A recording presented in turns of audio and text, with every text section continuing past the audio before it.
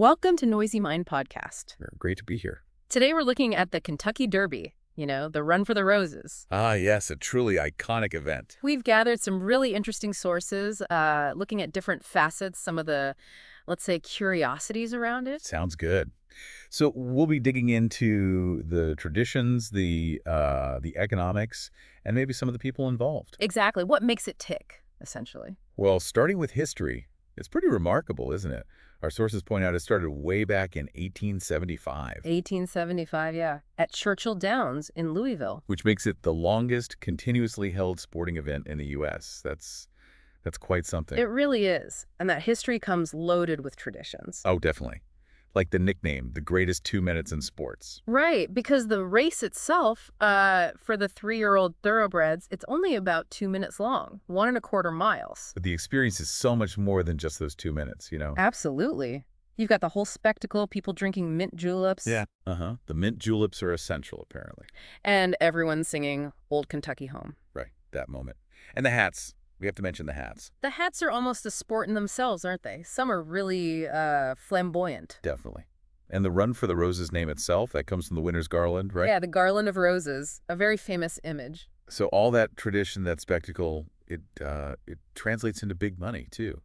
It certainly does. The economic impact on Louisville during Derby Week is estimated to be, well, huge. Around $400 million, some sources suggest. Yeah, roughly $400 million in a normal year. That covers hotels, restaurants, tourism, everything. And think about the jobs. Churchill Downs hires, over 10,000 temporary workers just for Oaks and Derby days? It's incredible. Their usual year-round staff is maybe 200 to 500 people, so that's a massive temporary increase. Shows the scale of the operation. Yeah. And then there's the betting.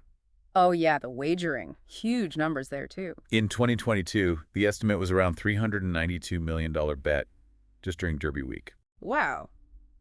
That's nearly as much as the estimated economic impact itself. It is.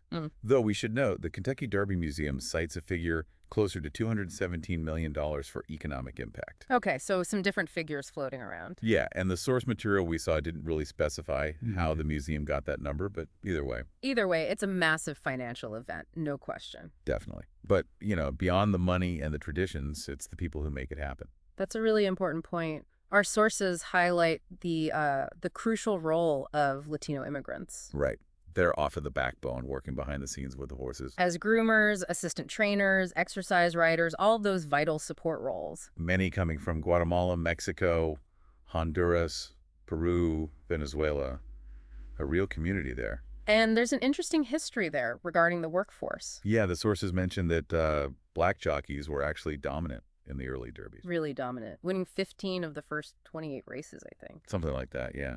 But then things shifted. How? Well, starting around the late 1970s, as black workers sought, better opportunities elsewhere, trainers began recruiting more workers from Latin America for those backstretch roles. Ah, okay. So a shift in the labor demographics over time. Exactly.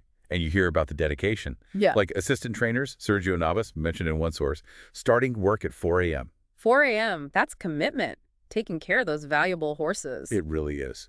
And people like Roberto Gonzalez, a security guard there since the late 80s, he's seen that Latino community grow firsthand. It adds such a human element, doesn't it, knowing these stories? It absolutely does. And speaking of people and changing roles, the story of women in the Derby is pretty fascinating, too. Especially considering the starting point. When Churchill Downs was built, women had their own separate section. Yeah, hard to imagine now, isn't it? A separate ladies section. Things changed, thankfully. Like with Catherine Teusner. Right. She fought to get her professional jockey license after the Civil Rights Act passed in '64. First woman in the U.S. to do so. That was a big step. And then Diane Crump actually riding in the Derby in 1970. The first woman ever to ride in the race. That must have been huge. Definitely paved the way. And others followed. Patricia Cooksey, Andrea Seefeld, Julie Crone. Julie Crone, of course, first woman to win a Triple Crown race, the Belmont Stakes. Not the Derby, but still monumental. Absolutely. And more recently, Rosemary Homeister Jr. and Anna Rosie Napravnik. Rosie Napravnik holds the best finish for a woman in the Derby, right? That's right. 5th place in 2013, showing women could compete at the highest level. And even going way, way back, Elwood, the 1904 winner. Yeah. What about Elwood? First Derby winner, bred and owned by a woman. So women influencing the sport even then, behind the scenes. That's a great point. It connects to the whole history of breeding and the legendary farms. Like Calumet Farm, their red and blue silks are so famous. Double red and blue, yeah. Established in the 20s, switched to thoroughbreds in 32. They've won the Derby 8 times. 8 times! That's incredible! And then there's Claiborne Farm. Their history goes back even further to the 1800s. And their record is amazing, too. 10 Derby winners bred there. 10 winners, and they sired 6 Triple Crown winners. Yeah. Just unbelievable influence. Including that unique father-son Triple Crown pair. Exactly. Gallant Fox won it, and then his son, Omaha, bred at Claiborne, won it in 1935. Only time that's happened. Wow. These farms are just woven into the fabric of the Derby. Absolutely. And the horses themselves create the legends. You mentioned Secretariat earlier. Oh, Secretariat in 73. You have to talk about that race. Ron Turcotte riding him. First horse to break 2 minutes. 1.59 and 2/5, a record that still stands today. Just breathtaking. Considered by many to be the greatest Derby performance ever. Hard to argue with that. But then you have the weirder moments, too. I like the fighting finish in 1933. Exactly. The jockeys on Broker's Tip and Head Play literally grabbing each other, whipping each other down the stretch. Unbelievable. Yeah. And Broker's Tip won by just a nose after all that. Crazy stuff. And more recently, that disqualification in 2019. Oh, right. Maximum Security crossed the line first. But got disqualified for interference, and Country House was declared the winner. That was hugely controversial. Yeah. A really historic, kind of messy finish. And then looking forward, the sources mention Sovereignty winning in 2025.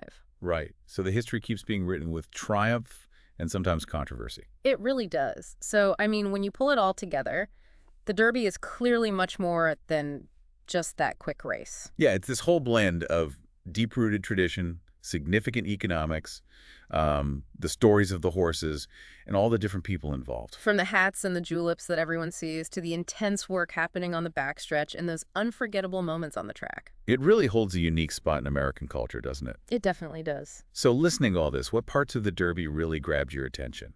You know, what other questions pop into your mind about it? Yeah, we'd be curious to know what you think. If you enjoyed this exploration of the Kentucky Derby's curiosities. Please do give us a like, share it with friends. And definitely subscribe to the Noisy Mind podcast channel. We'll be back with more looks at fascinating topics.